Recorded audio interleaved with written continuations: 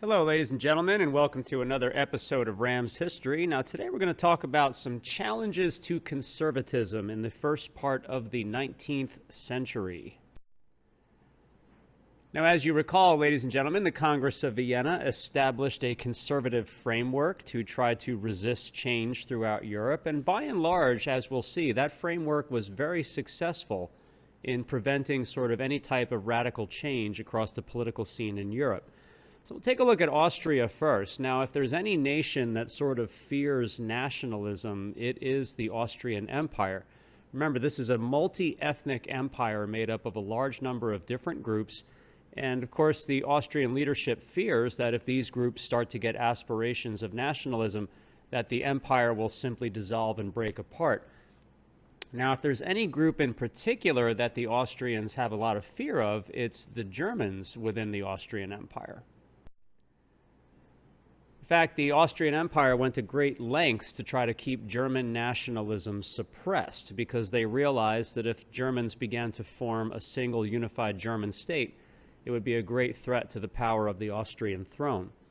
Now, after Napoleon had gotten done with the Holy Roman Empire, it basically ceased to exist and became known as the German Confederation. So over 300 states had been consolidated down to 39. Austria went through great lengths to try to prevent the German Confederation from sort of uniting into a single state. So they went to great lengths to try to prevent this from happening.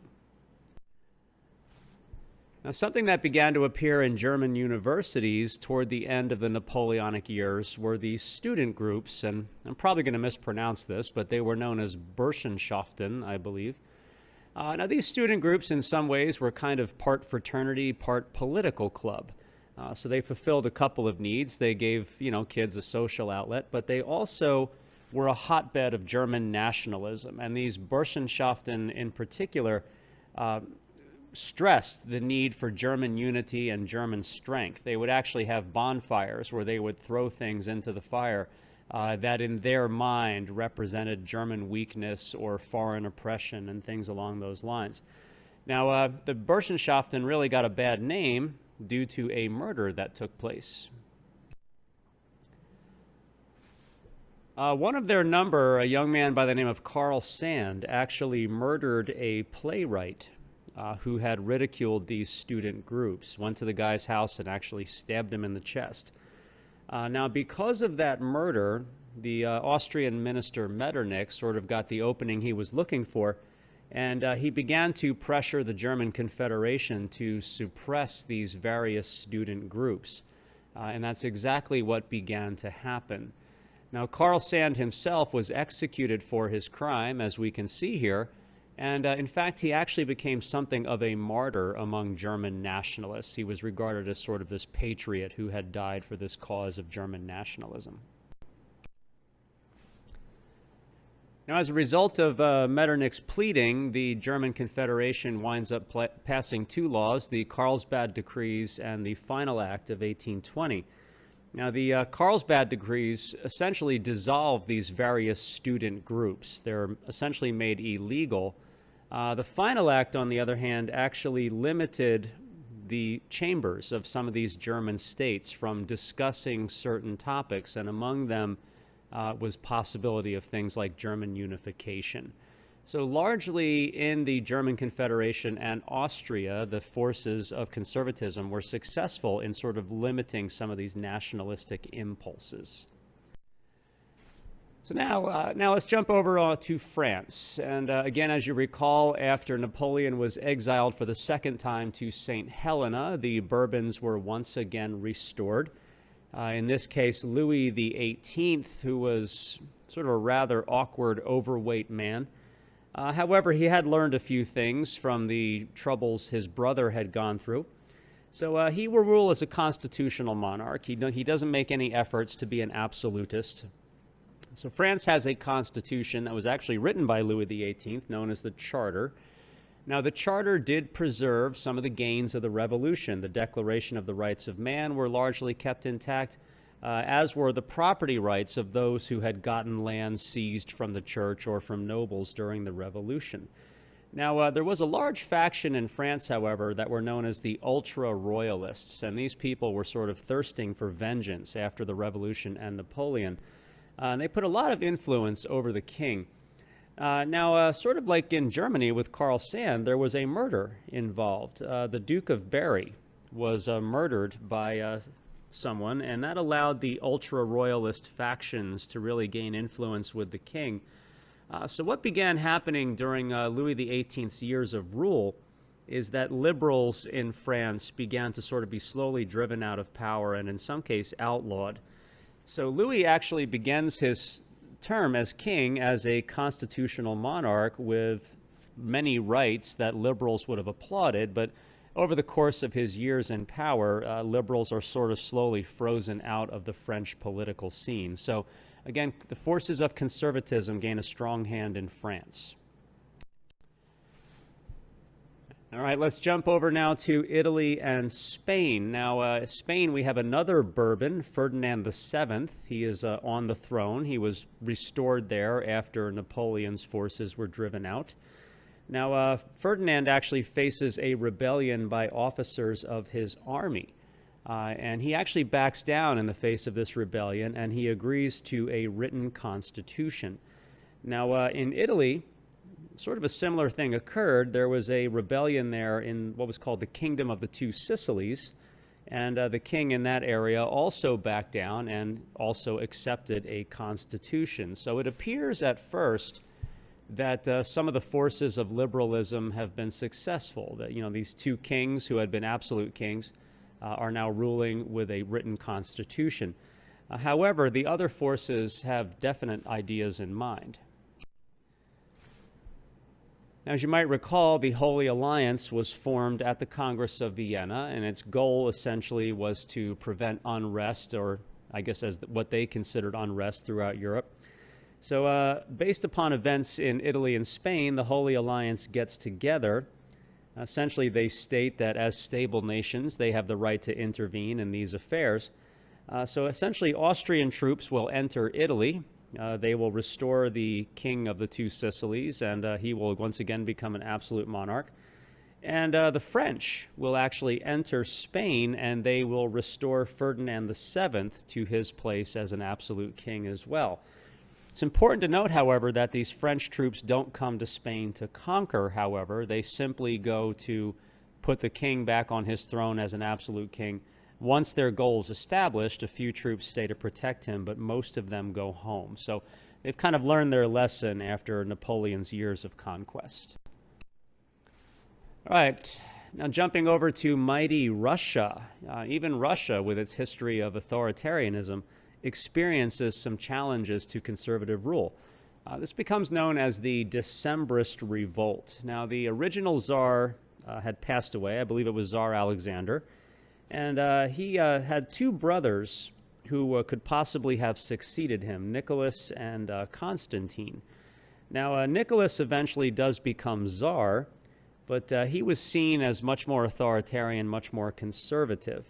Now, there were some officers in the Russian army who had been exposed to French Enlightenment ideas during the wars against Napoleon, and these officers attempt a rebellion in December of 1825, and of course their goals are quite liberal. They want a written constitution. They also would like to abolish serfdom.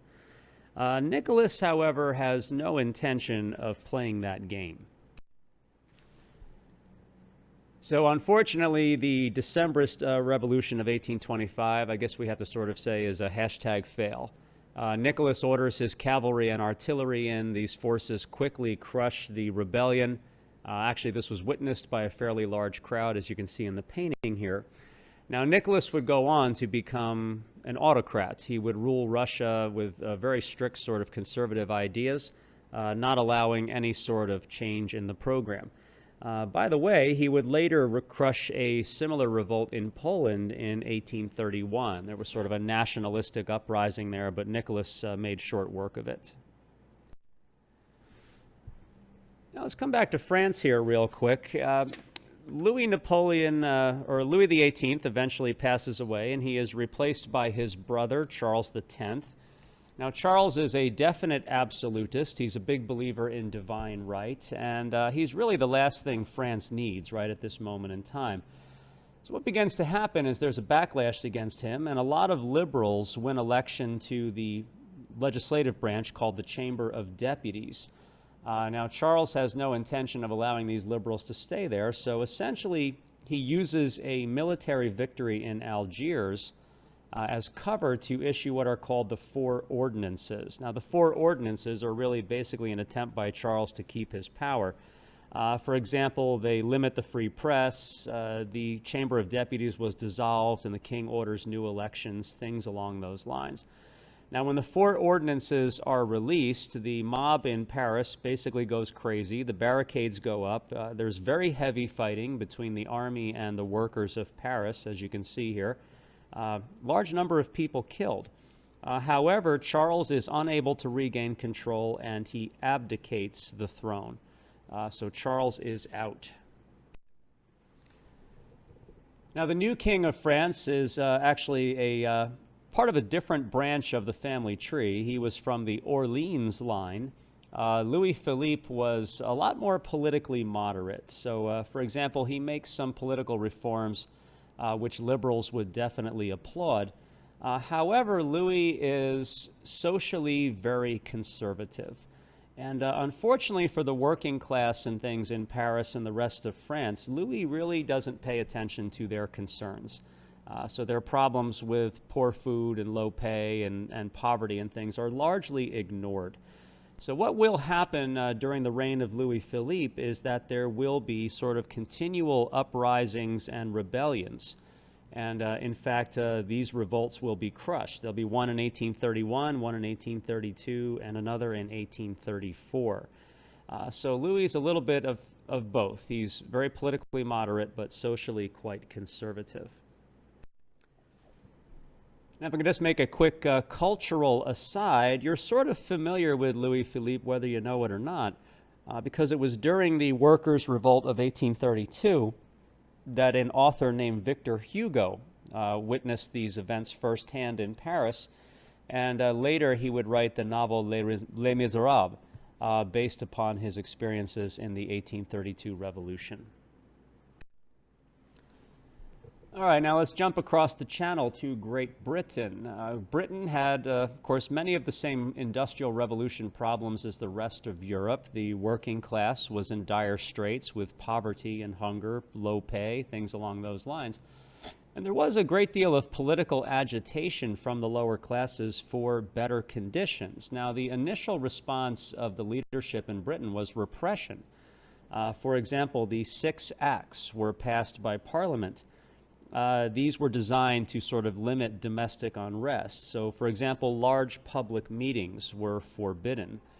And another example, in the city of Manchester, an industrial city in the north, there was a worker rally where working class people had gotten together to have speeches and demand better conditions. Cavalry actually rode into this crowd and began slashing at the people there. Something like 11 people were injured and large numbers of others were killed. Now, later in Britain, however, an effort would be made toward reform. Now, keep in mind, ladies and gentlemen, that the goal of these reforms are to help conservatives stay in power. However, they were quite effective, and they did open up the political system to people who had previously been excluded. For example, the Catholic Emancipation Act was passed. This pretty much ends the Anglican stranglehold on political scene in England. This was mainly done to help preserve peace in Ireland because it allowed Roman Catholics to be seated in Parliament, thus giving Ireland some political representation. Another thing that was done was the Great Reform Bill was passed, and this bill did a number of things. It eliminated rotten boroughs in Parliament. We'll talk a little bit about more of those in class. It also opened up the franchise a little bit to a larger number of people. Now, keep in mind that only 1 in 7 British citizens could still vote. I should say British male citizens could still vote. However, the Great Reform Bill did open up the political scene to more people. So these reforms are enough to kind of diffuse any tension and help to avoid any type of serious political unrest in Britain. All right, Ram, so let's sum this up. If we look at Austria, the German Confederation, Italy, Spain, Russia, and Poland, the forces of conservatism meet the challenges facing them and succeed. France is a bit more complicated because Louis Philippe does introduce some liberal political reforms. However, socially, he ignores the needs of the lower classes and the workers, which will lead to trouble down the line. Now, there were some bright spots here. Belgium, Serbia, and Greece actually are experiencing nationalistic impulses, and all of them actually win their independence. Now, Serbia and Greece, of course, were done at the expense of the Ottoman Empire, but nonetheless, it's important to note that at least in a few isolated examples, the forces of nationalism do succeed during this time period. And finally, Great Britain, where reforms are successful, they prevent unrest, but remember that these reforms were largely passed by the forces of conservatism to help them retain control, and there are still problems that remain. Well, ladies and gentlemen, I do hope you enjoyed this look at the challenges to conservatism. As always, please like and subscribe if you enjoy what you see here, and we'll see you again soon on Ram's History.